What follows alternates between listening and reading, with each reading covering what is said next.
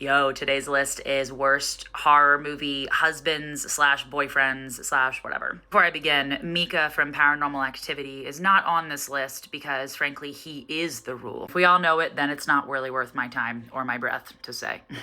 No pun intended.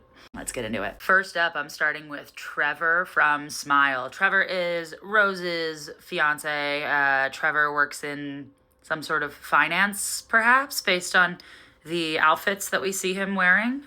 From what I remember, he's definitely in at least one Patagonia vest, which is a telltale sign of working in tech. And Trevor, from what I can gather, has some sort of maybe like a medical condition or something that means that he would rather literally die than believe a word that his fiance says. I talked a little while back about my least favorite modern horror movie tropes, and one of them being the like never believing somebody because of whatever reason. And holy fucking shit, this dude is like the ultimate example of this. We all know what happens to Rose at the end of that movie. And honestly, I do not have an ounce of sympathy for him. Like thinking about what that must be like when to lose his partner and all of this after he didn't believe her. And I'm sure that there's a lot of guilt that goes into it, but like I literally feel worse for Kyle Gollander's character in that movie, who was not even her current partner, than I do him, because congratulations, you played yourself, Trevor. Next up, I'm doing RJ from X. RJ is kind of an anomaly because RJ, I don't know that I've ever seen someone so effortlessly go from antagonistic, pretentious, talking down to people to I'm a little victim, everyone feel bad for me because of what just happened, because of what the consequences of my own actions. I understand that what happens between he and Lorraine when it comes to her being in the movie or not being in the movie is very nuanced. It all has to do with their own boundaries as a couple. But what I cannot stand is the fact that 3 seconds earlier, this dude was like, oh, since when did you become such a prude?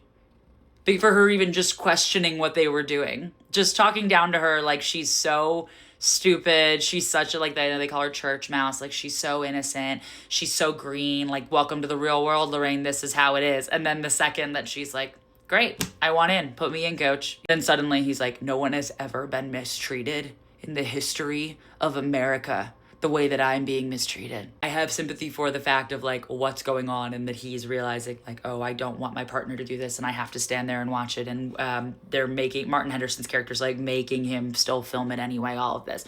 I do have empathy for that. I get it. But punishment fits the crime, you know? Next up is Ellison from Sinister. I don't even think I really need to get too much into Ellison because I think we all fucking know what a incredible specimen that man is. I'm really always blown away by Ellison in a lot of ways. Most of them just have to do with, I can't believe that woman ever married him.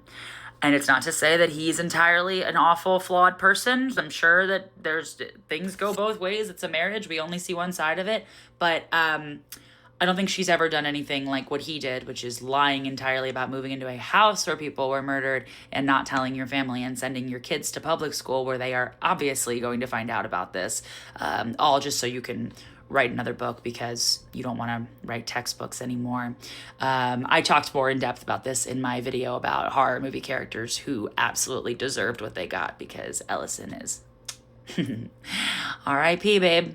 Next up is going to be Ted from Oddity. So this is the one that is the example where I know it technically is not. He is the killer in many ways. He's not maybe the one who got the blood on his hands in terms of like his own wife, but he absolutely was the mastermind behind it and all of that. But Ted, from what I could gather, did not have a singular redeeming quality about him. I was actually blown away that he ever somehow was married to her in the first place, let alone married to her and also having an affair, is crazy work.